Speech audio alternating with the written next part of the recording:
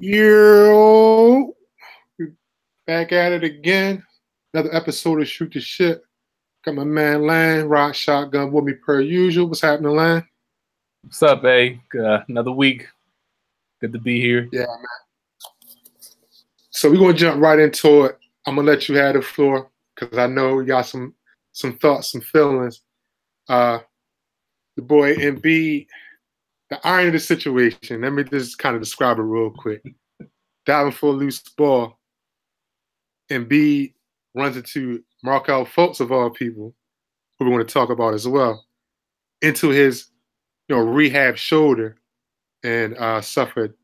It was a orbital fracture. Yes. He's going to have surgery. He's probably going to be out for a couple of weeks. Miss remaining the regular season, possibly the first round of playoffs. Even though looks like they just won the 9th game in a row, that first game without him. So that set the stage. I'll let you have the floor from now. Go ahead, speak your piece, man. Yeah, there's definitely some irony to this. We've been waiting for Fultz all year. And as soon as he comes back, second game back, and then this happens. But at least we know his shoulder's okay. I thought when they first collided, I thought he was going to be the one that had an issue, and I just figured Embiid was going to get up. But at least Fultz wasn't grabbing his shoulder. So I look at it this way. It's going to be what it's going to be. I heard somebody on the radio kind of doing a little research, and they were saying out of the players that have had orbital bone fractures over recent times, the minimum games missed was like 5 or 6. And then there were some guys that missed maybe 18 to 22 games. So hopefully he's somewhere in the mid-range as far as days, not the games. But since the regular season will go for about another 2 weeks, week and a half, 2 weeks, they're already in the playoffs. Anything they win without him is a bonus. So he'll just have to, heal up, hurry up and get the surgery over with. He'll heal up. And then I figure he'll probably just have one of the masks like Rip Hamilton and, be ready to go in playoffs on the little tear. Yeah. There was That's probably the biggest thing about it. As soon as everybody figured out there was something with his face, everybody was getting excited. It looks like on the Twitterverse about face masks and Embiid. Yeah. That'll just add to the legend. That'll just add to the legend, man. And then I guess probably to smooth things over, I was watching the highlights tonight, the game against the Hawks. And Markelle Fultz, like, he's back. He caught one tonight, little two-handed stuff. Yeah. I forget who he banged it on the Hawks, but looked like he's back a little bit. The jumper's still a little off, but it's a lot better than it was. He definitely has a lot of confidence right now. So I guess transitioning that real quick. How was your feelings in his first game back when they played the Knicks? It was good to see him back.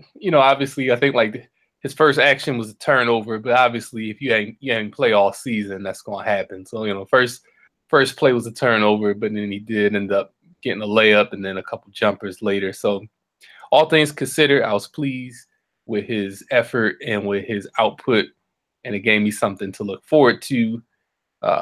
Not only for this year's playoffs, but obviously going into next season. But they could definitely use that right now, ironically, as they finish up the season. And then, hey, in the playoffs, there's not that much film on him. Maybe he can kind of be that little spark off the bench at times. But, the bench has already been better since they had reacquired Ilyasova and added Bellinini to the squad. So, anything that he could give, having that third scorer will help, so they're not just relying on Ben Simmons. And obviously, when Embiid was playing, they were kind of relying on him. But, yeah, he looked good. So I'm excited about it. I'm not even panicking. I guess you could call it the Eagles effect because since they won, Philadelphia sports fan base is a lot more calmer and a lot more confident. So, really, because previously, if this Embiid thing had happened and we ain't win the Super Bowl, the sky would have been falling right now. Here we go again. Yeah. Everything is doom and gloom. But we still kind of in our hangover from the Super Bowl. So it's like, Embiid messed up his orbital, but he'll be back. So it's like no big thing. Now, who knows? He could mess around and miss the playoffs, but I'm hoping that he can make it and come back, you know, as long as the swelling goes down. So we'll see. We'll see. Yeah, I think the biggest thing, man, they had that big game with the Cavs at home coming up next Friday. Yeah. Like, I think that was a lot of people was anticipating that game. You know, everybody being back, the Sixers, you know, folks being back. You know, right now they tie with the Cavs, but the Cavs up by, I think, 6 on New Orleans right now. So they're probably still remain a half game up on the Sixers if they hold on to this lead in the fourth quarter. But everything was kind of setting up to that game next Friday being like the game to kind of decide who's going to be third, who's going to be fourth for the most part. Right. You know, Indiana notwithstanding. But I think it might have stuck up. No, I mean, maybe deflated the balloon a little bit. But like I said, right now, the way that schedule is set up, everything is kind of gravy. I think the only game up until that Cavs game that you guys might have to worry about is the game against the Hornets. That's in Charlotte. Charlotte may or may not still have something to play for at that point in time. But I think you guys have already beat them 3 times already this season. So that's kind of the other spin on it. But I think that may be the only game, you say, without Embiid that you might have to worry about. But outside of that, the schedule's set up nicely to kind of finish strong with or without Embiid. So that's a good thing. So I guess maybe the next thing to kind of transition to, unless you got some more Sixers thoughts, is to touch on, you know, I guess Steph Curry and the Warriors. And first, I guess, you know, Steph's injury and how it may impact them moving forward. And then, like, so I'm going to kind of pull back a little bit. We already know he's probably missed the first round. I'm interested in hearing your thoughts on how that injury may ultimately impact the Warriors moving forward. Well, you figure a team like that, you know, similar to last year when similar to before when he had missed some, no, I guess that was 2 years ago. Similar when he missed some time before and they, you know, got past the Blazers without him.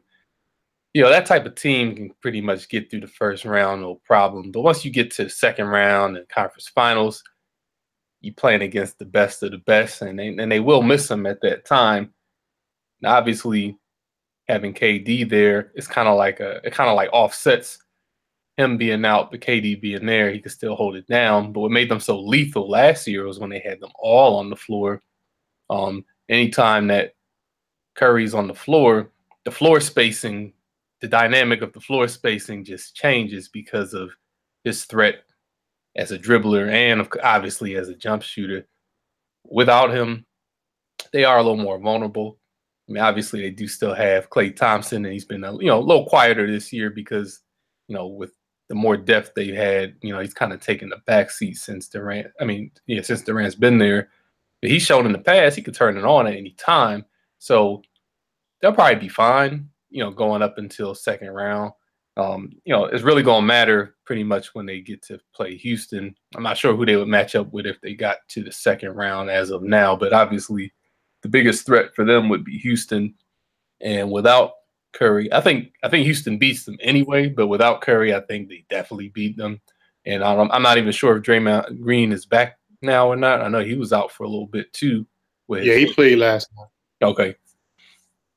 So the Curry thing, yeah, I mean, I think it will affect them a little bit. I mean, they do still have other three-point shooters on the team, but, you know, it's a lot different when he's healthy and on the court. So with them not being 100%, I think they're a little vulnerable this year. But my thing, I think it's going to be a little bit more of a lot more of a grind than it was last year. You know, last year they breezed through the first 3 rounds of the playoffs, only lost 1 game total. But I think it's going to be a little bit more of a grind. Because on top of Steph's injury, Klay Thompson will be just coming back, and it's a thumb injury, if I'm not mistaken, on his shooting hand. Oh, that's a shooting hand. Okay. Yeah, if I'm not mistaken, I'm thinking it's a shooting hand to look back into it. And then on top of that, just like you mentioned, alluded to, like the whole just geometry of the floor when Steph's on the floor, how he changes everything, the spacing, everything. They become virtually unguardable, especially when they got that their top four and probably Iguodala on the floor. Or even you throw in David West or somebody else on the floor. Now they become a little bit more predictable. Even though KD is probably the second best player in the league, it's a little bit more predictable to defend because, the ball's going to be in his hands mostly when he's on the floor, have him to create a lot more.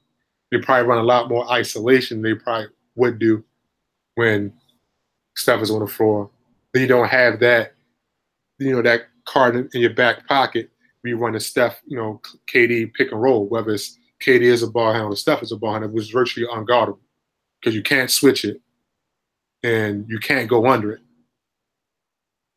And then both of them, can beat you off the dribble. If you try to go over the screen, it can get you off the dribble too. So it's like virtually unguardable. So you don't have that to rely on. And then on top of that, you have no idea who they're going to play in the first round. And whoever they play in the first round, it's going to be a tough matchup. Even though San Antonio, and I know they beat Oklahoma City last night, they're going to still be somewhat vulnerable without Kawhi. But if it's not them, it's a possibility. It could be Utah in the 8th spot. And Utah, since Rudy Gobert's been back, has been one of the best teams in the league. Definitely one of the best defensive teams in the league. And they kind of changed things, but they kind of slowed things down, a little bit more methodical. And then got Gobert right there protecting the rim. And then if it's not them, you got Minnesota. And Jimmy Butler may or may not be back. And if he's back, when he was on the floor before he got hurt, they were like the 3rd or 4th seed in the conference. So if he's back and he's as close to 100% as possible, that's not going to be a tough out either. If they're in the 7th seed, I'm sorry, because I'm thinking, I remind myself Golden State's in the 2nd seed. Right. I'm so used to them being, far out. But even still, whether it's Minnesota, San Antonio, or Utah in the 7th spot, it's not going to be how it was last year when he played. I forget what was he played last year. Was it Portland last year? Yeah. Yeah, I'm trying to. I probably could check it real quick. But yeah, it's just going to be different. It's going to be totally different than it was last year. Just because the bottom half of the Western Conference draw is a lot better than it was last year. Yeah. But then if they get past the first round, now you're going to have probably Portland again. It's much better. They're a much better defensive team. And Dame and CJ stay playing with that chip on their shoulder, especially when Dame goes against Steph. He already thinks he's just as good, if not better than Steph. Yeah. So that's gonna be something. So I think it's gonna be fun. It's gonna be a lot more fun, a lot more entertaining than it was last year. I mean, when it's all said and done, they may ultimately end up in the Western Conference Finals, but it's gonna be a lot tougher. And like I said, they make it that far. Houston. Now you see what Houston has done, and Houston is not going to be an easy out. No. So it's very possible, the way things going, you might not have Golden State and Cleveland in the finals this year for a 4th straight year. Yeah. Now, I don't think. I'm not going to as I say that, but because you still got the best player in the league on one side of the coin, then you got one of the best teams in probably NBA history on the other side of the floor when they're healthy. Yeah. That's what you come up against. You're talking about the team not making it to the finals, but definitely should be a little bit more entertaining this year in the playoffs. Yeah. I think it's been more competitive this year from a league standpoint. There's been more, I won't say distribution of talent, but there's been better teams collectively than in the past few years when, especially the last couple of years, like the whole season, people already knew what the finals was going to be, and everybody else was just kind of there to participate. It's actually open this year. It's actually up for grabs. And then when you got younger teams now, like the Sixers and the T-Wolves and, the Bucks, there's other new teams that are starting to emerge. It's starting to be a better product. And, like I said kind of last week, I actually have a little more enthusiasm for the game, which I'm sure does have to do with our home team, with my home team being better. But to me, it just seems like there's more, the storylines are a little more fun this year and whatnot. Yeah. Plus there's more challenges. Like, it's hard to win 2 straight finals, which neither of these teams has done yet. But to go to 3 straight is difficult. To go to 4 straight, the Heat did it. they're the most recent team to go to 4 straight finals. So it's a big challenge for the Warriors to get to 4 straight. And I'm sure they want to at least get 2 in a row, you know, and not be like the way the Spurs used to be, where they'd win like every other year or a different, you know, odd years or one even year, whatever. So I know they got a couple personal goals. It looks like they kind of took a page out of Cleveland's book this year. You know, last year Cleveland didn't really care about the seeding. They're like, hey, we'll let Boston chase the #1 seed. We don't really care about the seeding. We just want to stay healthy and get ready for the playoffs. And obviously the Warriors aren't doing it because they want to stay healthy. Yeah. 5, you know, but I don't think it really matters to them. You know, after that year where they broke the Bulls record and then lost the finals, I don't think they really care about records and seeding anymore because, you know, when you go deeper into the season every year, it wears on you. So, you know, this would be their 4th year going into June if they make the finals. So I just figured for them, you know, to take NC State's old motto, they just got to survive and advance. So, yeah, so we'll see. Yeah, definitely. And kind of still standing with the Golden State thing. Last night when they played Milwaukee, Kevin Durant earned his 5th ejection this year, cursing out the ref. Yeah. And I guess to quote what he said, and if you're the ref, I can't blame you. You know, somebody said this to you. He's, if I'm not read it correctly, he said, "Call the fucking foul, you bitch ass motherfucker." Yeah, that's what I read today. When I heard it, I was trying to listen to what he said on the actual game, and I knew he complained something about a foul, but I didn't quite hear that whole phrase, you know, when it was playing. Yeah. So, I mean, look, man, get frustrated. Like players get frustrated at foul calls all the time. It happens. Argue with the ref. They go back and forth with the ref. They have discussion with the ref. Shit happens. It's part of the game. Sometimes it gets heated. You know, like I'm not one of those people like I get, you know, taken back and appalled, you know, when players curse at, you know, refs and stuff like that, other coaches, whatever the case may be. But if what was quoted as what he says, what he actually said, he's lucky, like, A, he's in the league. Not on the street, you know, playing run the ball on the street, or the ref just might have blacked out and forgot where he was at for a second. Because you can't get more disrespectful than he got right there, man. That's a grown ass man he was talking to. Yeah. I mean, short of calling him a P, that's probably the only other thing that could be as disrespectful. But this is pretty much right up there. So yeah, he was toeing the line real close, man. He was real close with it. But and that's kind of like it's been a whole, I guess, narrative with KD. I mean, this past year, you know, especially the ones after they won the finals, and he's a little bit more comfortable in his skin, you know, so to speak. And I was listening to you know, a podcast, him and Bill Simmons, whatever, and his business partner, Rich Kleiner, in their 2-part episode. And it was pretty candid. It was open. It's like the 4th time he's been on that podcast or whatever. And like it's refreshing to hear players just being open and honest and kind of talking candid. But what I like into like his kind of like I guess new persona approach to, it's like when cats first come to college, you know, they're away from home for the first time, and you know you're trying to find yourself. Yeah. So when you're back home, you might have been like, you know, quiet, you know, homebody, say to yourself in your books. Get away to go to school, a little bit more loose with it, a little bit, got your chest poked out a little bit more, a little bit, you know what I mean, a little tougher persona a little bit.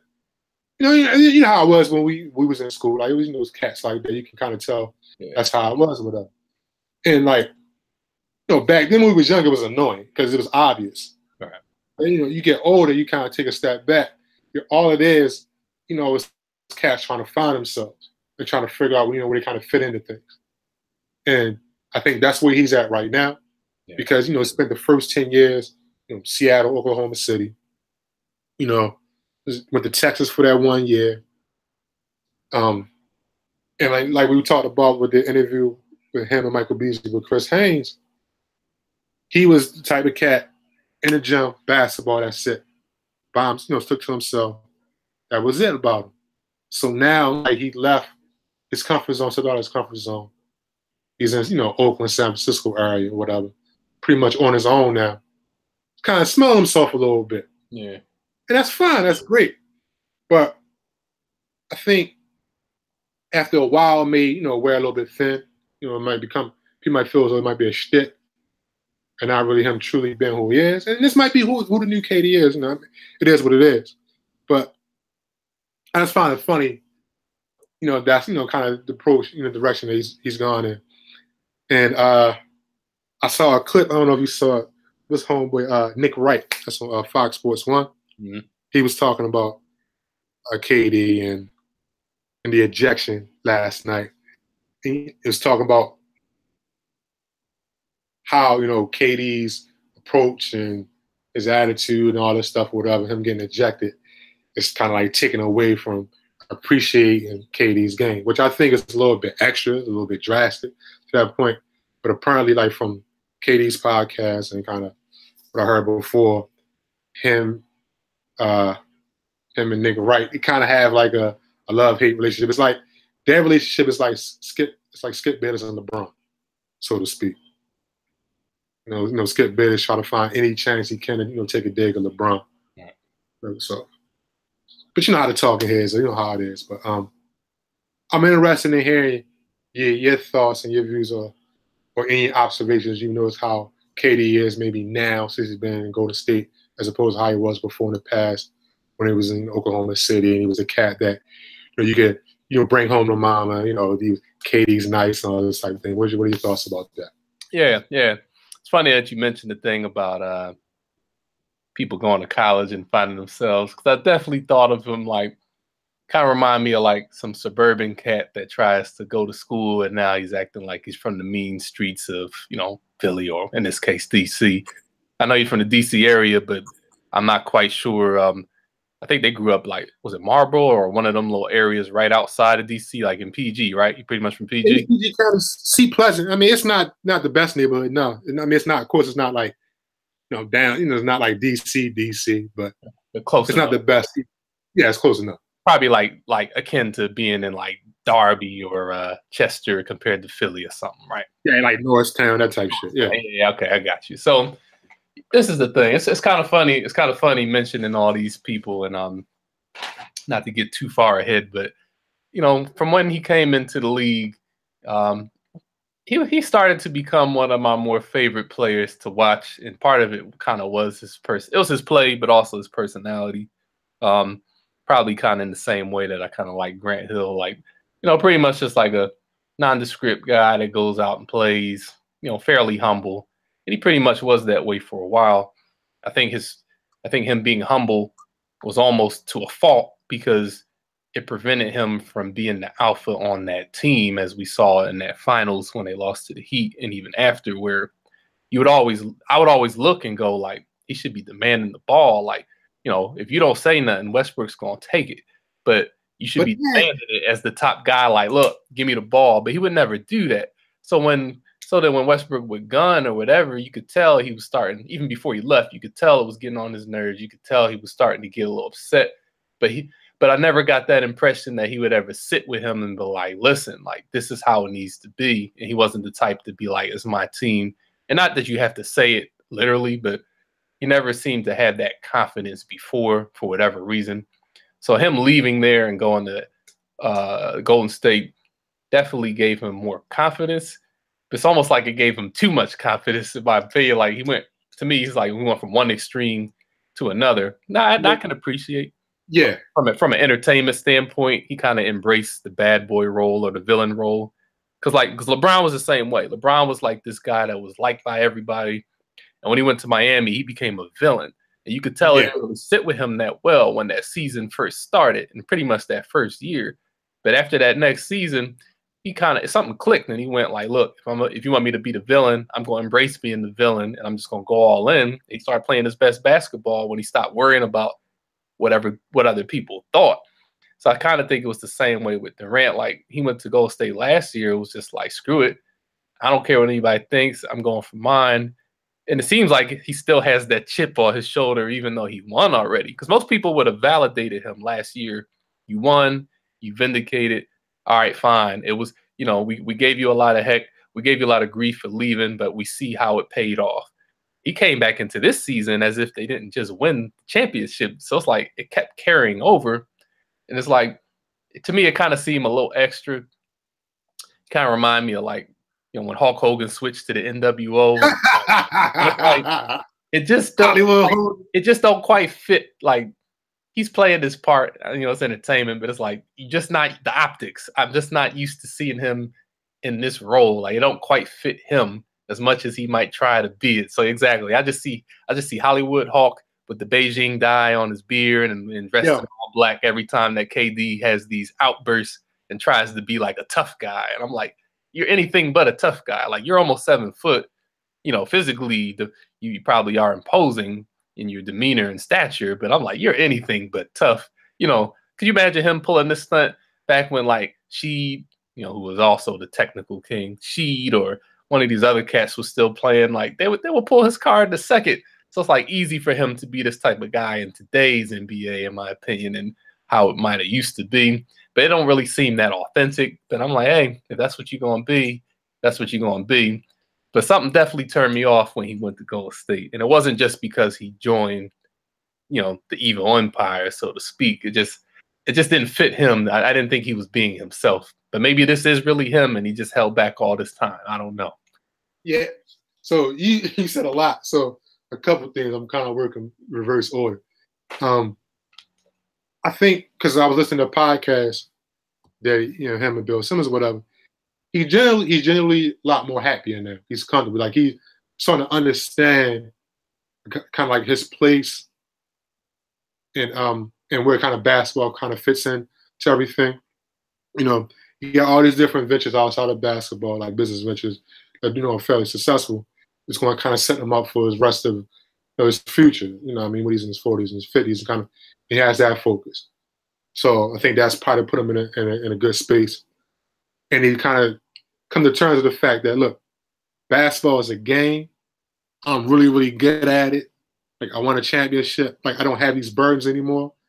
And there's no reason for me to be upset and unhappy about the game of basketball. So I think with the way that kind of worked, he's a lot more freer, a lot more open in expressing himself now because he doesn't have that burden anymore. And I think that kind of, played itself out with him being a little bit more vocal on the court, cursing a little bit more, blah, blah, blah. So it comes off of being a little bit extra. Like I said, this might be the new reality for him, but it does looks a little bit extra. Next, you kind of alluded to when it was Oklahoma City. I think it wasn't necessarily a confidence thing. Like, I think he was confident. I think it was just strictly a personality thing. If you look at that, like, Russ is going to be Russ regardless of who was on his team. And we've kind of bore witness to that, back when he was coming up with KD, when KD was on his team, KD was an MVP, and then when KD left, it was pretty much Russ and a bunch of others. Now it's Russ with, Carmelo, Paul George. He's not going to change. So I think back in 2012 when he played Miami and stuff like that, KD had a very good series. Like, he did exactly what he needed to do. It's just that there's going to be moments, and that's probably partly why he left, that he may have known that he's not going to get the ball because Russ is going to play with them binders on more oftentimes than not. To his benefit and to his detriment. That's just homeboy's game. So I think that may have been a factor, and that ultimately may be the reason why he decided to go to a team where the offense kind of dictates how things operates. And then, of course, as you see in the last finals against Cleveland, it wasn't even like a situation where he was like demanding the ball. It was like, oh, I'm probably the best player on the court right now. And the energy, the ball has energy. The ball found him because because the way he was playing, the way he was, moving on the court. And he ended up dominating. And even though LeBron ended up having a triple-double, arguably you can see why KD probably won the MVP of the finals, not only just because they won, but because like at times he looked like the best player on the court, especially in Game 3 when he hit that shot, towards the end of the game, LeBron faced and kind of everything that led up to it. And then finally, I'm not sure if you're the first person to point it out, but we got to run with this whole Golden State being the NWO, man. And KD's definitely Hollywood Hogan. Draymond is Kevin Nash.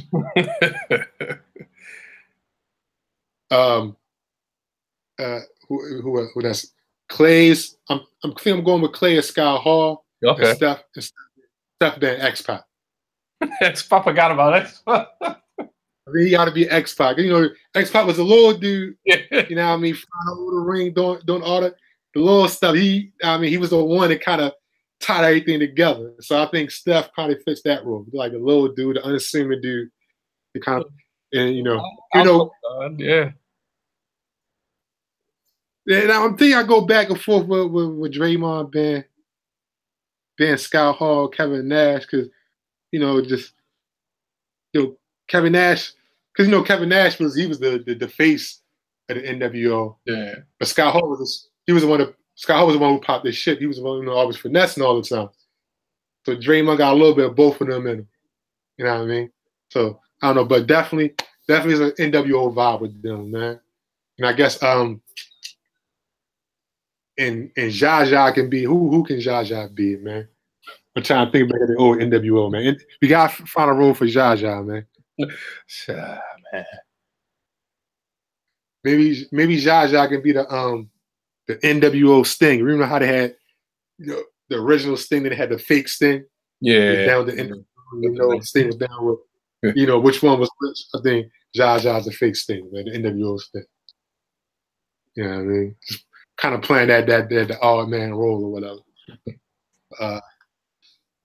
Yeah, so that's that. So I guess you touched on it, so let's probably transition to that. Where the Hall of Fame class was kind of leaked a little bit and announced. So Worst kept secret they've had in a while, man. When I read it, I thought it was fake at first, and I'm like, because I was thinking like, well, Saturday will be here soon. I'll hear about it during halftime or right before the games. Then I'm reading it like, dang, it's out already. Yeah, that shit was the worst kept secret, man. So it was Jason Kidd, Steve Nash, Mo Cheeks, your homeboy. Mo Cheeks finally got in. And, Grant Hill. Those are the 4 names that was dropped. So I think it might have been somebody else, but those were 4, that stuck out or whatever. Yeah, I think so. Jason Kidd got in. So yeah. Jason Kidd definitely can't argue with Jason Kidd. Mo Cheeks is about time for him to probably get in. Steve Nash, 2-time MVP, 7 seconds or less.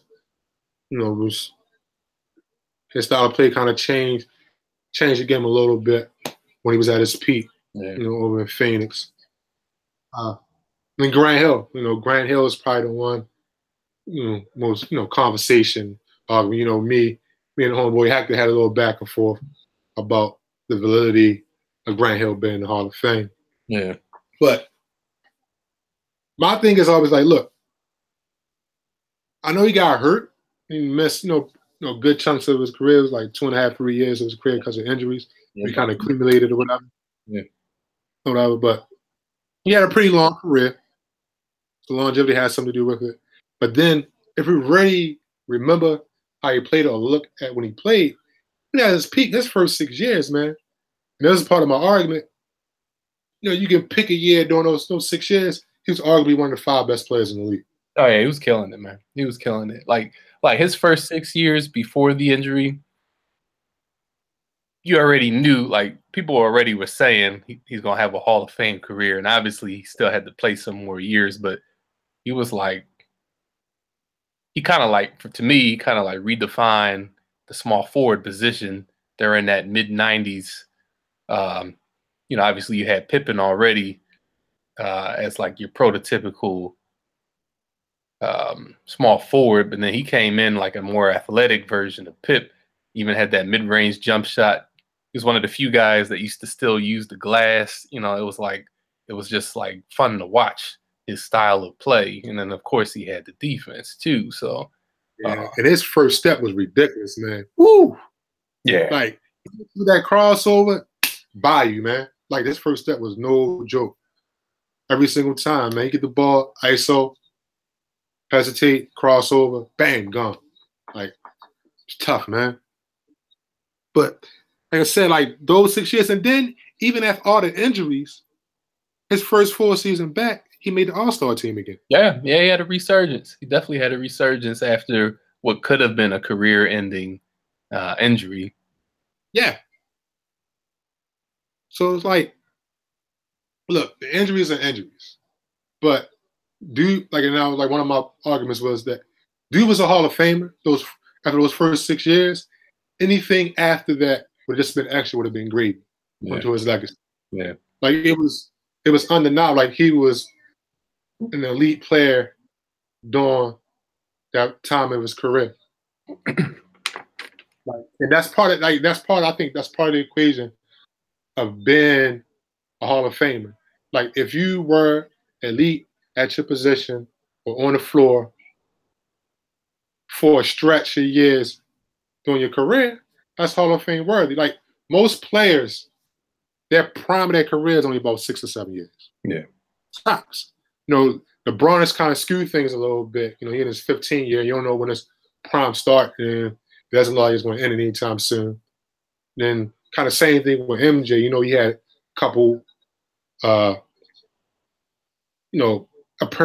absences away from the game or whatever. Yeah. Kind of, pauses, whatever you want to call it. But those two like extreme examples. They're like outliers. Them two, probably like Kareem, they're the outliers. Yeah, oh yeah, man. Yeah, definitely. But outside of them three, like I said, most cats 5, 6, 7 years. Look at like the people who got named in the league with them. You look at Steve Nash, you look at Jason Kidd. They had long careers, but if you really look at where they were at like their peak, right, it was only 5, 6 years. Like Jason Kidd, you probably already say from like 98 to like 2004, 2005. Yeah, those Nets teams. Yeah, like just like last couple of years in Phoenix, and then when he got to New Jersey, and that was pretty much that was like after that. You know what I mean? It wasn't like a start decline. It's never really a start decline. Usually, that's usually only for big guys. Usually, the big guys they reach that peak, and then they just kind of fall off all of a sudden. As you know, their career is done. But for like guards and wings, it's usually kind of like a slow decline as they lose athleticism and speed and stuff like that. The same thing with Steve Nash. Like his prime probably started a little bit later, but that's mostly only because he didn't really get his opportunity until he got to Dallas. After because he was in Phoenix when they had Jason Kidd and still had Kevin Johnson at a point in time. Then eventually he signs a free agent with Dallas, and him and Dirk, and how that went. Then he went back to Phoenix. So it was like his prime was a little bit later than most cats. It wasn't only because he didn't play as much in terms of minutes early on in his career. Yeah, no, that's a good point. Yeah, with him was probably the same thing. You're probably looking at like 2000 to like 2006. Yeah, 2007, and then you start to see the decline after that. Yeah. And he extended his career because he took real care of his body, ate well, and became vegan and all that type of thing. So it's different things you kind of play tricks with things, but most cats, it's the same thing. And like I said, when Grant was at his peak, if you look around during that time, MJ was out a year and a half from the time that Grant was in the league, and then the back end of Grant Hill's career, MJ wasn't in the league. So got that. Hakeem was like he was in his like at the end of his like he's at his peak right when Grant Hill came in '94. Yeah, and then you saw the decline pretty much after like '97. Yeah. Like you started to see the dip like around '97, right when you got Barkley and Clyde and all that type of stuff. Right. You could probably say Hakeem was an outlier because he was in the league 83, 84, and his peak was 10 years later. Yeah. And they, like I say, he was out like 10 years later in his career. And then you look at the first couple years, he played with Ralph Sampson. So that probably has something to do with it. But he was the truth right off the bat though. When King first came in the league. Yeah, it was good. Yeah, but most big men, I think, of all positions, most big men probably usually have the largest window at their peak. Well, back then. But their decline is a lot sharper than most other positions. Yeah. If you kind of look at if you look at Shaq, you look at King, you look at David Robinson, you look at Tim Duncan a little bit later, the KG, stuff like that. But when they were done, it was noticeable. Oh yeah. Well, shit. It's like it's done. They're not the same player no more. Those big frames carrying a lot of weight. There's a lot of pounding, a lot of banging. So usually those legs give, the knees. It's usually the knees or the back that goes with those big guys. And once they stop being able to get a lot of vertical lift, the rebounding declines, or they start getting a shot blocked because they just don't have the lift anymore. It's just not there. And then they got to start transitioning to the perimeter. Guys, develop that mid-range shot, from the shot from the elbows or something like that. Everything is just different. Yeah, well, that's what saved Kareem. He had that hook, and still had that baseline jumper. That extended his career. Yeah, and then he played in an era where cats ain't play no defense. That was the other thing. True. Like the 80s, it's different. It was entertaining as hell, but if we're being real, nobody really played defense like that in the 80s. Well, regular season games, how today it's a big deal when people go over 100. That was like the minimum back then. It'd be like 116, 111, regular season. Yeah, it's getting like that a little bit now. That's more so have to do with the 3-point shot. Teams taking a lot more threes. Yeah, and the pace is starting to trend back to how it was in the 80s for the most part. Yeah. But if you're comparing eras, it's harder to play now because teams are so spread out now. You got to chase around a lot more in the half court. You can't rest on the half court like you probably used to back in the 80s and the 90s. Yeah.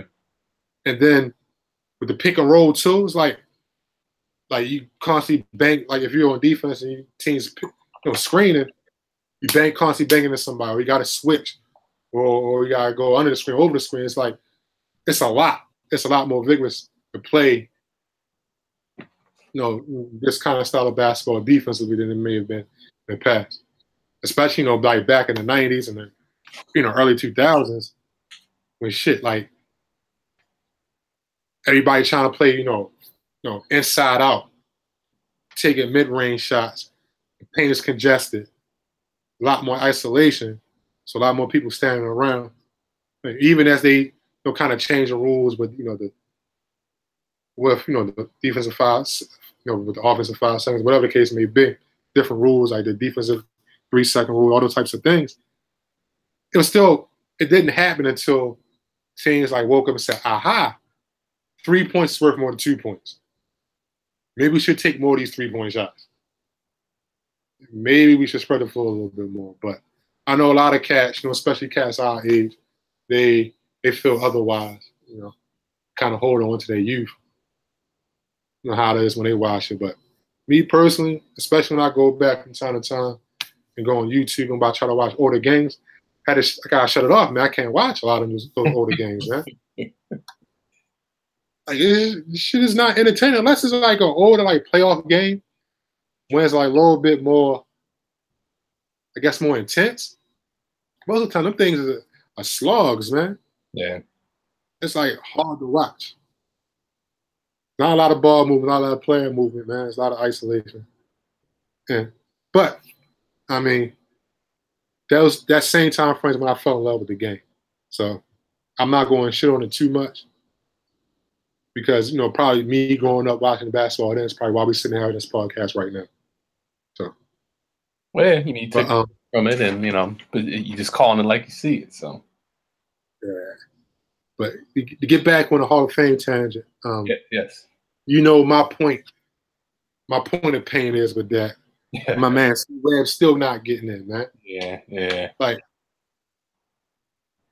I think it has something to do with the whole the Michigan thing and the Ed Martin scandal and the vacating the wins and the Final Four finals and all that shit. Like, that's the only thing logically I can think of. The reason why he's not in the Hall of Fame right now after a couple of years. Like, I know his injuries kind of did him in a little bit, but he had the typical big man Pete injuries withstanding, and he played in an era that we'll give it context, where the power forward position was probably the best position in the league. You had him, you had Tim Duncan, you had Kevin Garnett, you had Rasheed Wallace, Barkley. You had probably like Juwan Howard for a couple of years. Yeah. And Barkley was still playing for a couple of years before he finished, but yeah. Yeah, you still had Karl Malone for a little bit around that time. There's probably a couple cats I'm forgetting, and even with that being said, he was right there constantly amongst the best. 20 and 10.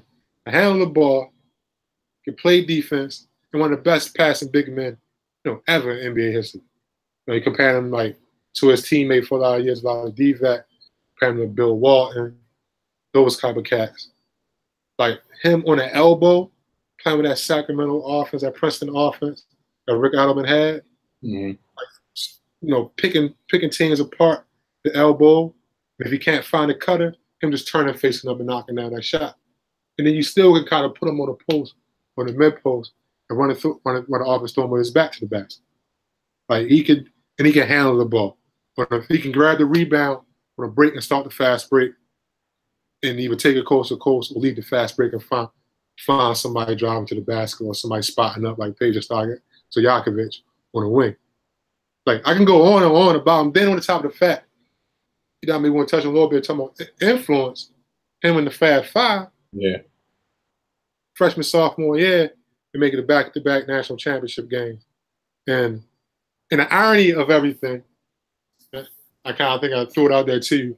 Like, this year is the 25th anniversary of the timeout in the national championship game with North Carolina. Right. That's two things. A, we old as shit now. That's 25 years.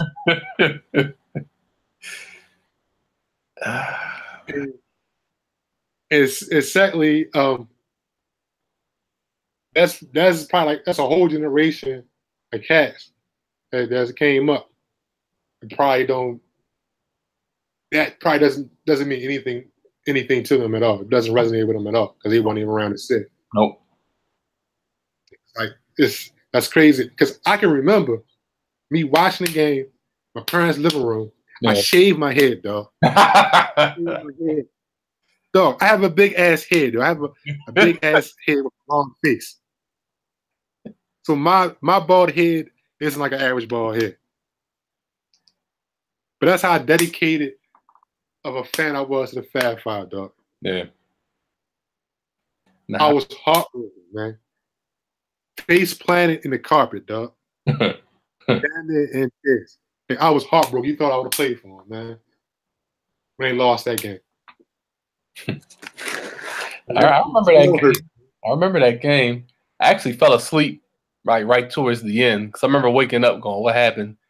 And my dad's like, "Nah, they lost." And I'm like, I saw the replay and I'm like, like to see the actual play, to see what happened with the technical and not having the timeouts. It was just like it was kind of like I'll say it was kind of like a gift and a curse. Like they set a new trend of being, the first time an all freshman team. Like that was unheard of back then for an all freshman team to be a starting five.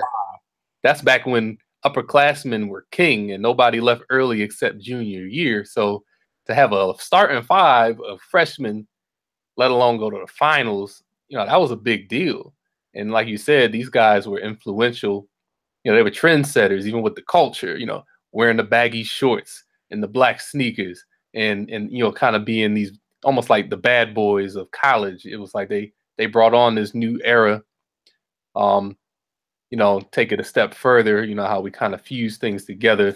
this was like parallels to the hip hop culture going through their counterculture, and then them in basketball, and then it kind of continued with Iverson and other people. But they brought a new aspect to the game where it used to be clean cut and, you know, short shorts like John Stockton or somebody else, and then it just kind of changed that year with them. And like you said, all shaving their heads and the baggy shorts, and it was like this. It was like these parallels going. You got these 5 black boys that are freshmen from the inner city of, you know, Chicago and Detroit, pretty much running the NCAA, you know, and then to go back to back. It kind of reminds me of you know, in football when they had the Miami Notre Dame thing with the convicts versus the Catholics. It was like, Yeah. you know, you got these 5 boys from Michigan going against the blue chip schools, you know, North Carolina. New blood. Yeah. Not so much the UNLV time, but well, actually it was Duke. It was Duke before. Yeah, So, yeah, you're going against you know, the legacy schools against these black boys from Michigan, and it was a big, you know, they kind of touched upon that in that 30 for 30, but it was a big deal, you know. It was a big deal. Yeah, and that same Final Four against North Carolina, guess what they played in the national semifinal? They played Kentucky. Oh yeah. So they played the Blue Bloods of the Blue Bloods during that run. Yeah. Just came up a little bit short. That game against Kentucky, that was a good ass game. That was a national championship game. That was the Kentucky with Jamal Mashburn. You know, the year before they had lost that, you know, the heartbreaker. Yeah.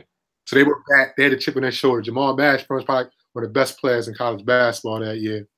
Like, that was a good, and I think that game went into overtime too. That was a good game. So like that run that year with the Fab Five, that sophomore year, they played that game. I think that game went into overtime. They played, I think it was Temple. Was it Temple in the Elite Eight? Yeah, they played Temple in the Elite Eight. I remember that. That game was tough. They played UCLA in the second round. They probably should have lost that game. They won that game in overtime. Like, they were dodging bullets left and right that whole year. And then even with the timeout in the game against North Carolina, that really wasn't the most egregious thing that happened on that play, in that sequence. When he first got the ball, he traveled. Heck yeah. Which is why he called the timeout. Really saw stuff for the refs. So he dodged a bullet. Like, my heart dropped when I saw it travel, dog. Like, I see that clear as day. I still remember it. Like, oh no, he traveled. The refs didn't call it.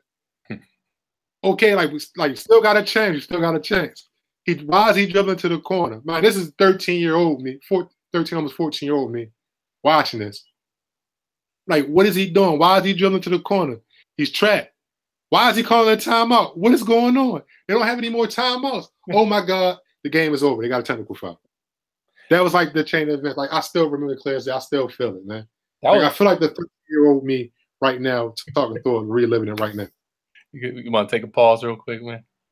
Yeah, I might have taken a shot. Man. That was a teaching moment for me, because up until that point, that was the first time I had ever seen somebody get I never even knew about that rule. So that was the first time I actually learned that if you're out of timeouts, so you call a timeout, you're gonna get a technical. I had never really been aware of it until that point. So that was like a learning moment for me. And yeah, he definitely traveled. He panicked. He traveled. He panicked, and that's why he was like, "Crap, let me call the timeout." Which kind of reminds me of for a while, I think they stopped this in the early or mid 2000s. Guys used to be able to like grab a rebound. You'd be on your way out of bounds, but you could call a timeout real quick and save yourself.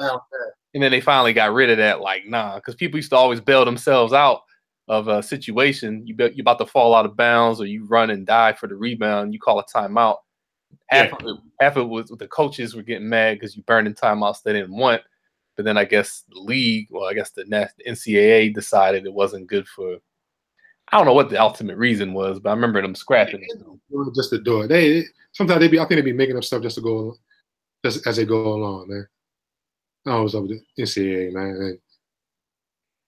I don't know what's gonna be. I don't know what's gonna be up with this Final Four this weekend, man. Like, this has been crazy, man. Like, Loyola Chicago, I don't know where they came out the blue. They're going against Michigan. And Michigan got hot. Like, they won the Big Ten tournament now. They haven't lost since like the end of February. And then you got Kansas and you got Villanova on the other side, which would probably be the quote unquote a real national championship game, right? So to speak. Just like this year, Final Four remind me a lot of the year when Maryland won a national championship in 2002. Uh-huh. It was like kind of same thing like them in Kansas Yeah. on that side, and like Indiana and I think Oklahoma. Yeah. And like on the other side, they're playing Indiana, they're playing Maryland in the national championship game. Yeah. That like, Maryland Indiana game was pretty uneventful. Yeah, it was pretty uneventful. Not for you, of course, but for the average fan, it was like, which is why I'm kind of conflicted this year. Like this Loyola story has been amazing, and it would be pretty cool to see them get to the final. But it's probably going to be a total mismatch and a ratings nightmare if they make the final. But on the other hand, I like it because it kind of flips this whole thing upside down and shows that any school really does have a chance if you put together a nice run of 6 games, 5 games to get to the final. Like they actually show like if they could do that, they can go beyond what George Mason did or VCU and actually get to the final. That actually would kind of set some history. So it's kind of cool. On the flip side, I don't want them winning it all the way because obviously I'm pulling for Nova. Yeah. But if Nova loses and Kansas goes, then I would root for Loyola to win and win the whole thing. I don't really care about Michigan either way. So personally, I'm like a Nova Loyola final is fine. But then I know some haters will probably say, "Oh well, Nova didn't really earn it. Look who they played. They only played, they played this Loyola team." So then it's like if they play Michigan, I guess people will say they earn it. But obviously, I'm rooting for Nova either way. But the Loyola story is pretty cool. It's pretty cool. Yeah. It's not gonna really happen again. Like, this is like a probably one-time thing. So I just want to see how far it goes. But with Nova, I mean, you got the National Player of the Year in Brunson. Mikal Bridges was 3rd team All-American this year. Like they've been very disciplined all year, and I think we might have talked about this before, but Villanova has not like over the last few seasons, like they lost a couple times this year, but they never lost 2 in a row. They haven't lost 2 in a row going back to like 2013, I think, or something crazy. Like if nothing else, because Villanova don't always have the most talented team with all the McDonald's All-Americans and all that, but they're a very disciplined team. They don't really turn the ball over and they make smart shots. They control the clock.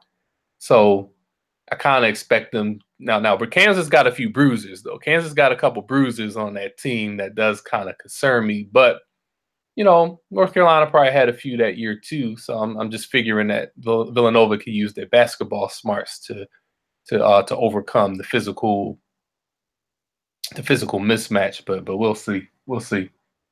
Yeah, both of those teams, like from the little bit of basketball, college basketball we're watching, both of those teams like guard oriented. Yeah. With Devontae Graham, Villanova, obviously. What I like about Villanova, probably like the past, 4 or 5 years, is that Jay Wright just let him play, man. Like he throws 3, sometimes 4 guards out there. They spread the floor, they move the ball, they defend. They just play, man. Like he don't overcoach. Like there's so many college basketball coaches, man, that overcoach. Like they call timeout for every little thing. Yeah. It's like except for Roy Williams, he never calls timeouts. Yeah, but he gets a lot of grief for that too. But like my whole thing is like the coach's job, especially at that level, like your job is like during practice. I mean, that's when you're hard on them. You kind of like go hard on it or whatever. You do the instructing, you do the teaching, that type of thing. But when it's game time, that's when you're supposed to kind of let the cats like go. Like you're supposed to trust what y'all worked on, in practice and during the week. To kind of show through and kind of play itself out. And then as a coach, you make the necessary adjustments throughout the game, depending on how the game goes. But when see, this is one cat, what's his name? He's not the coach there now no more. Travis Ford used to be the coach of Oklahoma State, man. I remember watching the game. It was like a close game. He called like 3 or 4. It was only making like 2 minutes left in the game. I'm probably missing it. But he called like 3 or 4 times within those 2 minutes. He turned the 2 minutes to like a half hour. Like it's overcoaching. Like it's like let it play out. They kind of adjust. Let the kids play and kind of figure things out a little bit. And the other thing what I like about Villanova is they was one of the first college teams to kind of realize how important, shooting the ball from three and spreading the ball around, how effective it is in a college game. Like now, like I'm on an elite level. Like slowly you start to see it start to creep into the college game. College game is still like light years, behind what the NBA is, and that's why sometimes it's a lot harder to watch than it is to watch a pro game. Even if you compare it to watching it, against like maybe some like Euro League games or even like the G League games, it's like, because like I said, the overcoaching and then just some kids just, you got 18 and 19-year-olds, right. So there's going to be some diminishing returns with that. But I think from my understanding, I haven't seen Loyola Chicago play that much. They play somewhat similar like that. They move the ball, got a lot of ball movement, player movement. Yeah. They don't have any big guys. I think the biggest guys been like 6'6", 6'7". Yeah. It's the ball movement. They play hard on defense, and they always look for the best shot available or whatever. They're not afraid to shoot it from three. Space the floor. So, but I probably will, watch some of it. I probably watch. I probably end up watching all three games, the two national semifinal games and the national championship game. But like my predictions. So if I said, like when I filled out the bracket, I said Villanova probably would win it, but everything else around it was in tatters. So, it is what it is, man. I had Nova and North Carolina in the rematch game with Nova winning it all. And obviously Carolina didn't hold up their end of the bargain. So me too. I had the same exact thing. But yeah, I think it'd be pretty cool if they can get two chips out of 3 years, and and we'll see. And Bridges is being projected to be a top 10, top 12 pick. So I'm kind of interested to see where the Laker pick falls, because we have the Lakers pick this year, and who knows if he's available. Maybe we get him. Maybe we get him. Lakers pick last time I checked, it's gonna fall like in like the 10th, like 10th or 12th, between 10th and 12th. Yeah. So I know whoever the two teams that don't make it in the playoffs in the West, that's like 13 and 14. 14 and 13. Then I think it's like between like the Lakers, the Hornets, and the Pistons. Mm-hmm. That's like 12, 11, and 10 between those three teams. Some shape or form. He's one of the cats that's in college that he got an immediate role as soon as he's coming to the league. Yeah, and he's going to get minutes as soon as he plays. Like he's going to be a rotation player like immediately. Yeah. And then depending on how the other parts of his game develop, like because he's like the prototypical 3-and-D guy, like long wingspan, can guard multiple positions, 2-3 positions on the floor, can shoot the three. If he develop any like off the dribble game, any playmaking in his game, then that kind of raises the ceiling what type of player he can be. But at minimum, what he has right now, he's a rotation player in the league on a playoff caliber team. That's how good he is. And I remember watching that game when they played Alabama in the tournament, and like how they just flipped the switch and he just got hot. Yeah. And he completely turned the game around, man. Like that's something that can translate into the league. Like space on floor, getting good looks from three. Because depending on what team he falls on, he might fit right to that role. I mean, everybody can use wings. Whether it's the Sixers or any team, always can use wings. And I wouldn't be surprised if he end up with Cleveland next year when they using the Brooklyn pick. And he'll be a good fit there too. But he'll be a good fit anywhere. Yeah. That's why I like him. So a couple quick hitting things to kind of get your opinion on. I was skimming through an article, read most of the article. Ben Cohen of the Wall Street Journal wrote on James Harden in the step back three and how he used that as a weapon and how that kind of sets him apart from a lot of players in the league. Like his step back three was like just as dangerous as as much as a game changer as Steph, shooting threes from like 28 feet out. And then he had a couple numbers, and I'm curious to hear your thoughts. At the point of the article, he had attempted 157 step back threes. The league average is 60. He had more than 6 teams combined. And the Nuggets, as a team, like I was excluding Houston, had the most of any other team, and only had 114. So, kind of throw those numbers out to you. Kind of curious of your thoughts about that. Well, I never really, I've noticed obviously that aspect of his game, but hearing it put into context against what a whole team does, it really that's pretty crazy. I mean, you know what? Harden is something else. Like I'll say he's visually deceptive. He's very visually deceptive, and you look at him, and he doesn't look like the quickest guy. I mean, I know he's lost a little weight the last couple seasons, but he don't look like the biggest guy. He kind of looks like he'd just be like a lazy slob on the court that shoots. Don't really have a quick first step. He don't have a quick first step, but he has a very strategic first step that catches you off guard. Because you look at this guy on these one-on-one matchups in the ISO, but yeah, he's able to beat people to the hole so much. And it's that hesitation dribble, and he has good control of his body, for a basketball player, like the way that he shifts his weight to either cross you over or to go past you, and the way he finishes. The reason I'm saying all that is because he's so good at driving, a defender has to respect it every time. So, absolutely. So because he's so good at driving, as soon as he picks up that dribble, the defender's already kind of pivoting and taking that back foot to anticipate going to the lane with him or taking a couple steps back. And that's how he kills you with that step back, because it's like you kind of like, it's almost like the opposite of Curry. Like with Curry, everybody plays up close because you're like, as soon as he catches this, he's going to shoot it.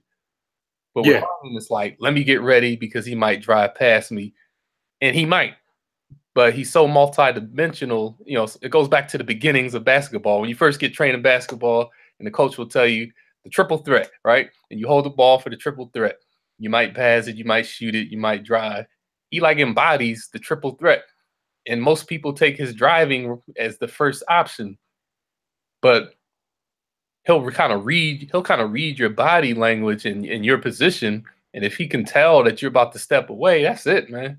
And that thing, like he actually, it's like he'll start shooting it almost while he's fading backwards. Like you'll see him start to take the 2 steps back to make sure his foot's behind the line. He's already launching that sucker, and it's like, but you can tell he practices it so much because it's like automatic with him. Like he's the best. He's the best at that. He's the best at it.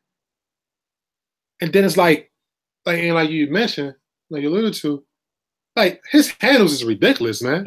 Yeah, but that's maybe one of the most underrated parts of his game, like that, and his passing ability. Like, but his handles, like, it's probably like Kyrie, probably Steph, and probably James Harden, man. Like, he just sets you, those you like you say, rocks you, look deceptively quick. One of the few times you use that deceptively quick phrase on a brother, so to speak. Deceptively quick, then he rocks you to sleep. Then bam, he just sets you up. He's able to step back when he gets into the lane. And then if you're lucky enough to kind of get back to him and get in front of him, you think he's going to drive to the basket. Next thing you know, he just sees Capella. He throws that lob up, or throws it to the corner to like PJ Tucker or Trevor Reeves or somebody. Yeah. So it's like, and then that step back is just like ice on the cake, man. It's like, it's hard to describe it, man, but it's entertaining to watch. Like seeing him go to work. Yeah. And I just went on a tangent about, how boring isolation basketball was back in the 90s and stuff like that, blah, blah, blah. But It was different then, though, because that isolation used to tend to be either on the side or like at the top, but it was like literally just the isolation with the one guy. Like you remember like the whole Mark Jackson thing, and he backed somebody down for like 10 seconds on the shot clock. You know what I'm saying? And it was like he was one of the reasons they changed some of those rules. Yeah, man. Like he pounded the ball, him or Barkley pounded the ball, and the other four cats like on the other side of the court, other side of the floor. And they can't leave him because of the illegal defense violation. So it's like it was wet. But now it's like, especially the way Houston plays it, got four shooters spread out, or you got 3 shooters and a roll guy, and you got Harden, or you now Chris Paul at the top of the key. All this space to work with. And it's like you can't help. If you help, they're gonna find the shooters. You're gonna give up 3 points. So it's like, okay, like what does, and the person that's in front of them, like, what are they gonna do? What are they gonna do? Like, are they gonna play up? They're gonna play off? They like keep their head on the swivel just in case the screener comes.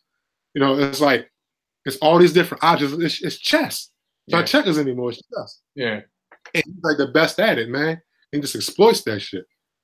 And he just, it's like it's demoralizing sometimes. It's like, man, I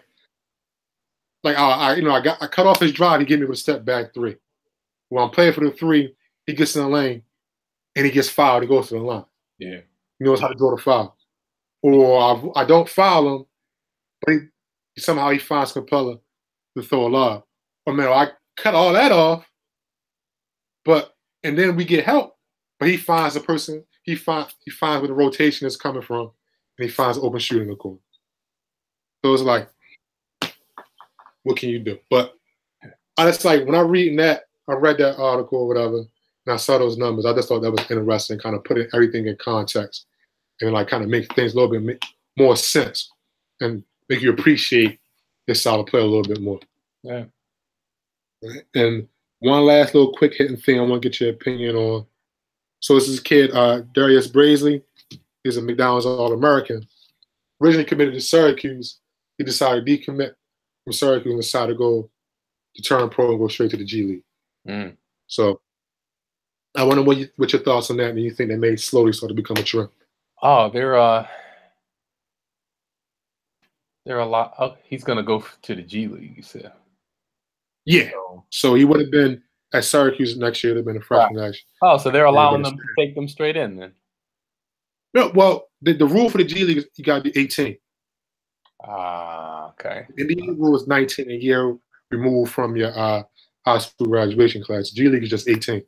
Got you. Well, it's kind of like a strategic thing where, you're not going to get paid a lot like if you went overseas, but you're one step away if a team wants to call you up. So you're already in the pipeline. So I guess he figured instead of wasting that year in college, although you get more exposure in college with the TV time, I guess he wants to be right in the backyard of the league. So it could set a precedent if it works for him, compared to other, see what other guys do. Yeah, I think that whole exposure thing is kind of overrated now. Than maybe how it was before in the past. The exposure. I mean, it's a lot of exposure in college, like especially going to those big schools, one of those blue blood schools. But if he does something like this, when any kid does something like this, you go to G League and they're successful, you're going to get the eyeballs. Yeah. And like the biggest thing is like playing in front of the scouts, man. Being one of those teams playing in front of the scouts. If the people that's actually decision makers see what you can do and impressed by what you can do in the court, you're going to be you're going to be at where you're supposed to be at. Like it's like no more hitting secrets in the league now. Like if you can play, they're going to find you. The way like the scouting is now, advanced scouting, those types of things. If you can play, they're going to find you. Whether it's high school, college, G League, overseas, whether it's Australia, Europe, Spain, whatever the case may be. Now, will they get drafted though, or will you just get signed? He'll go to the G League draft. Okay. So he'll probably get drafted by one of the teams in the G League. Okay. No, I mean like after he finishes this year. So say he plays in the G League for 1 year. He can go into the NBA. You just sign, or you get, or would you get? You wouldn't get drafted by a G League since you're already in there, though, right? No, well, you go to the G League draft first. G League has its own separate draft. Okay. So that's how I'll get into the G League. And then after that year, he'll be eligible for the NBA draft. Okay, that's what I was trying to figure out. Okay. So that's what kind of makes it hard a little bit. That's why when they changed the rule, they had to take that in consideration.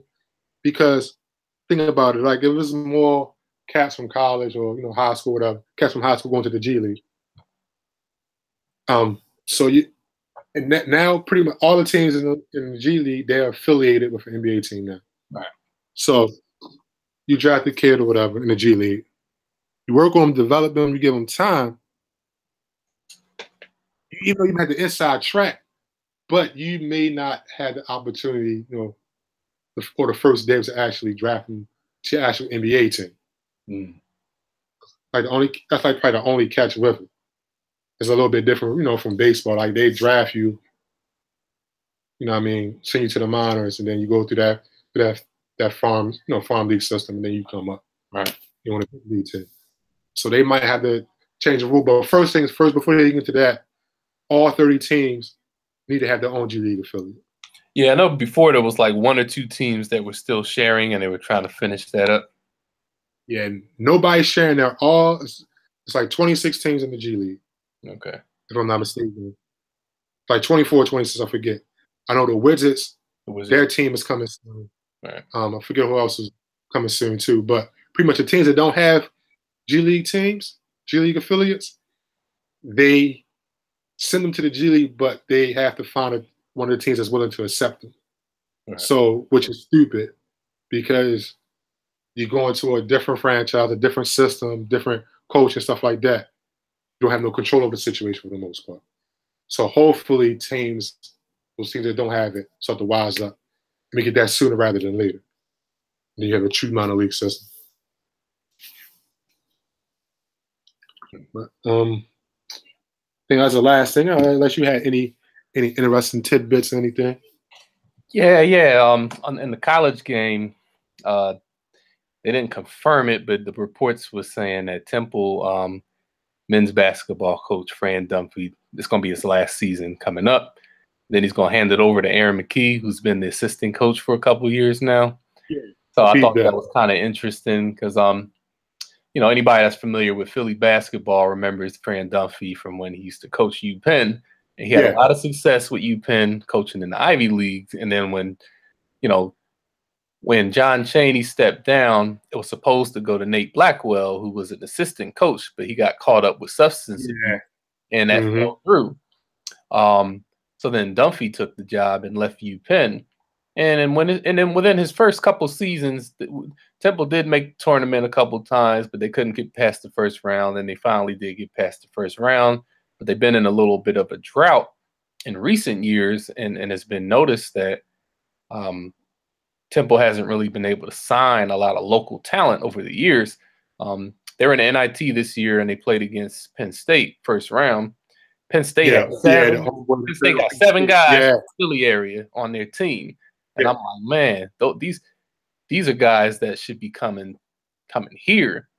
So it's like Dunphy hadn't really been able to attract a lot of top recruits or local recruits in his tenure. And I think that's part of what kind of killed his effectiveness, considering they were in the A-10 and then now the American Athletic Conference. They've been okay a few times, but they need a little more talent. And it's my hope that with Aaron McKee being there, maybe he can draw some of the local talent that kind of knows his name, being that he played high school and college ball here and even with the Sixers.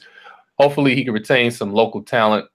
And he's a little younger, so the game's a little different compared to somebody like Dunphy. So maybe you guys will be more willing to play under a younger guy that they kind of feel they can relate to a little more or is more in touch with the new style of play. So it's just something to keep our eye on after this season is how Temple is doing. Because it's kind of odd the last few years, forever you knew Temple for their basketball and football was the laughing stock. But in recent years, the football team has become like a perennial bowl eligible team, and the basketball team's kind of been second fiddle. So it's kind of funny how the roles have reversed at school. But it would be nice to see Temple basketball return to a national prominence. So Yeah, we'll see. There's a couple of things with that though. The thing is just completely different now, especially when John Chaney was there. Like, this is just my opinion, my observation. And it's good that you use that Penn State Temple comparison. You know, Penn State and the local guys, and Temple not. Penn State's in the Big Ten. Right. It was in the AAC. So that plays a huge part. So that dynamic has changed. And secondly, Aaron McKee could be the coach, and, you know, had the name recognition, the legacy thing, kind of like Patrick Ewing at Georgetown, Chris Mullin at St. John's, and now Penny at Memphis. But the biggest thing, like, if you're not close to the local AAU teams, you don't have a relationship with local AAU teams, you're not going to get those local guys. You're not going to get them. It's like, it's impossible. Like, so, like, for Aaron McKee's sake, like, if he doesn't have, you know, a reputation of, like, for example, like Philly triple threat, if he can't build that relationship, get, you know, keep, you know, cats from that program, he's gonna have the same struggles as Fran Dunphy, because they can't fall back on the fact that they're playing in one of those power conferences. Like, you see how, even though Kevin Ollie won the national championship, I think, his first year, but there was still some residual effect when Jim Calhoun was still there, and they weren't that far removed from being in the Big East. It was still kind of that. But now they've been in the AAC, you kind of see how that's kind of rubbed off a little bit. And that conference is like pretty much essentially been like a one bid league in terms of college basketball is concerned. And then pretty much that conference was made up because those were the teams that was kind of spilled over in the Big East, or the teams that wanted to. It's a football conference. It's not a basketball conference. So it makes sense that Temple football program is flourishing, and not the basketball, because then a conference that's made up or comprised of the main focus is because of football. Yeah, that's a good point. That's a good point. I mean, yeah, that definitely makes a difference to conferences. Definitely. I mean, the A-10, the landscape was different back in those Chaney days, like you said, where the A-10 was not really it never was a power conference, but it had more teams in it at the time. You know, once they split it up, so you look at it now, like Xavier, other teams were in that same conference with them, so it's a little different now. Yeah, the A-10 back then, like, it wasn't even the teams; it was the coaches, it was the personalities. You know, you had Chaney, you had Calipari, you had Martelli, you had who else? Someone I was thinking that was Xavier. Can't think of his name right now, but it was a lot of good coaches that kind of came through there. So, like, the whole dynamic was just different, and that's the same thing. Like, the Aaron McKee's gonna have some of the same issues that a Chris Mullin and Patrick Ewing are facing, because they're coming from a spot like they don't have those established relationships. Right. Well, with those AAU programs. That's so even though that. I think maybe Aaron might be plugged into the AAU circuit, maybe through his maybe some of his Philly context. Maybe he might be a little more in tune with the traveling teams here, but we'll see. Definitely we'll see, and that's why I think Penny was a perfect hire for Memphis. Not just the fact that he's the local legend, but the fact that the Team Penny program, in that Memphis area, is one of the top programs in the country. Yeah. And then the high school where he coached at is one of the top high schools in the country. And he had a lot of ESPN top 100 kids come through his program. So naturally, he goes to Memphis, those kids will probably go with him. Yeah. So he definitely should be successful pretty much right off the top, if all things remain equal. But we'll see. So well, I think that might be a good place to kind of stop things and kind of wrap it up. Okay. Always Land. Awesome podcast, man. Once again, I mean, you stay on top of things. You kill it every time. You know what I mean? So if you want to toot your own horn, you can toot your own horn right now. That's space for it. I won't toot my horn, but I appreciate the opportunity to be on here. It's always good dialogue on what's going on, not only in the league, but within sports and sometimes current events, in general. So, oh yeah, there was one more thing I did want to add. Out in Sacramento, they had canceled another game because of the protest, and I believe one of the family members came out and said, like, look, we don't need to really keep canceling games because of this. So it'd be interesting to see what happens with that next, because it's not like the team was directly involved. They almost getting penalized for this. It'd be different if these guys were protesting outside the police station or outside City Hall, but they're kind of punishing the sports team for something they got nothing to do with. It's kind of a little crazy, but obviously people are just frustrated.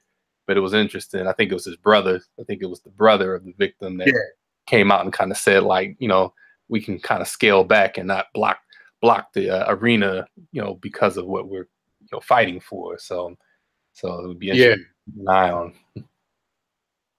But I think it's having its desired effect, is bringing attention to the situation. I think ultimately that's what they were trying to do for it. Yeah. It's working. So. Yeah. All right, man. So I guess wrap it up from here. Like to those cats that's been listening, and we appreciate it. Like what we're doing, subscribe on Apple Podcasts. Listen on SoundCloud. Subscribe on Google Play. Do your thing. Rate, comment, review, whatever you want to do. I don't know how that thing works. Do it.